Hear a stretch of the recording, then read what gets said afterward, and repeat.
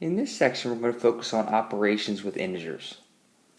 Again, let's get some definitions out of the way. The first thing we want to talk about is what is an absolute value.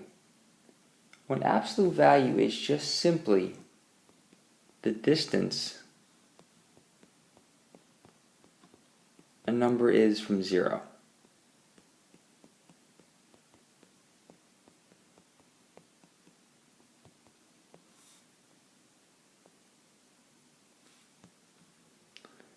And when we talk about this, we're talking about numbers like -5. Well, if we talk about a number like -5, -5 is 5 spots away from 0. So the absolute value, which is indicated by those bars there, of -5 would just simply be 5. Well, that being said, the absolute value of +5 is also 5. If I were to draw a number line, and I were to ask you how far away is -5 from 0, you tell me it's 5 spots. If I asked you how far 5 was, you'd also tell me it was 5 spots. Absolute value does not care which direction, it just cares about how far. Well, we need to know that information because now we're going to start talking about adding integers together. And we're talking about adding positive and negative different integers together here. And the question is, what if they have the same sign? Well, if both of your numbers are positive, when you add them together, your answer is going to be a positive answer.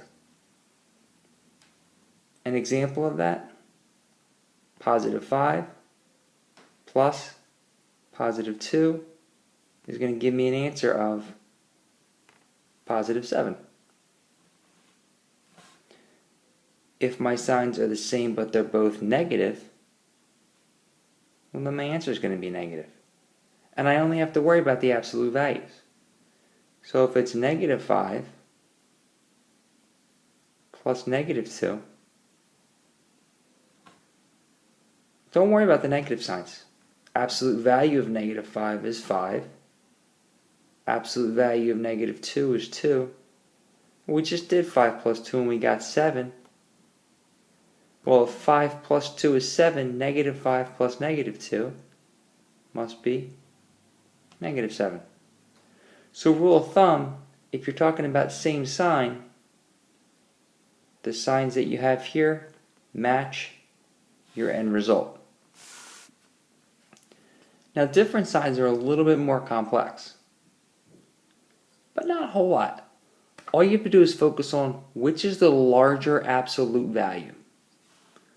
So if I take a number like 2 and I want to add -5 to it,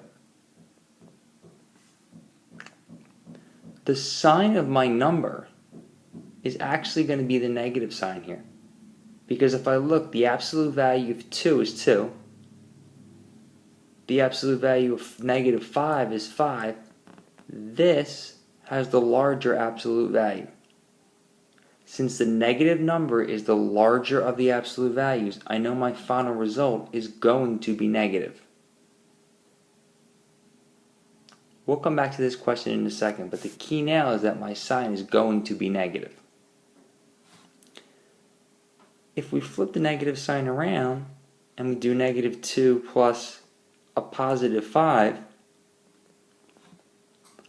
well, now the positive number has a larger absolute value.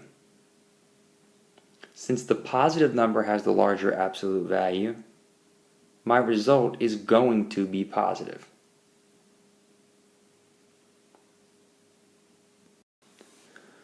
So let's go back and focus on the first example, the 2 plus -5. Well, if you have different signs, you're going to think of this as a subtraction problem. And all you're going to do is you're going to take the 5, again, forget the signs, focus on the absolute values. Take your 5 and subtract your 2. Always take your bigger and subtract your smaller. Well, 5 minus 2 is 3. It should be a -3. Down here, same thing. take my larger, subtract my smaller. Again, I'm not worried about the signs. I'm just doing absolute values. Again, 5 minus 2 is 3. Since the larger of the two absolute values was positive, my answer is positive. So 2 plus negative 5 gave me negative 3, and negative 2 plus positive 5 gave me positive 3. So let's look at the 4 examples that you have there. We'll talk about finding the sum. Well, the first thing we're going to do is we're going to look at negative 1 plus 4. In this case, the signs don't match. But if we look at the absolute value of negative 1, we get 1. The absolute value of 4, we get 4. 4 is obviously larger than 1, and 4 is a positive number. So we know our answer is going to be positive. Since the signs don't match each other, we're going to do a subtraction problem. 4 minus 1 gives me 3. Since the 4 was positive and it's larger, my answer is positive 3. I move to the next example, negative 7 plus 3. Well, the absolute value of negative 7 is 7. The absolute value of 3 is 3.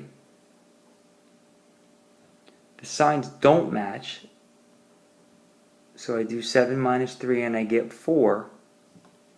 Since the larger absolute value here was the negative 7, it's a negative sign, so my answer is negative 4. My next two examples, the signs match. But again, I'm not concerned. If the signs match, I'm not concerned with the sign itself until the very end. I'm concerned with the absolute value of negative 3, the absolute value of negative 8. Notice everything comes back to the absolute values.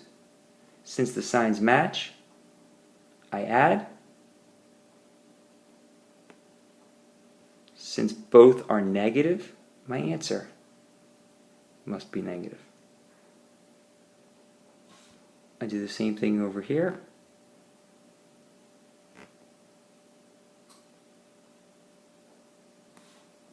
Seven plus 8 is 15.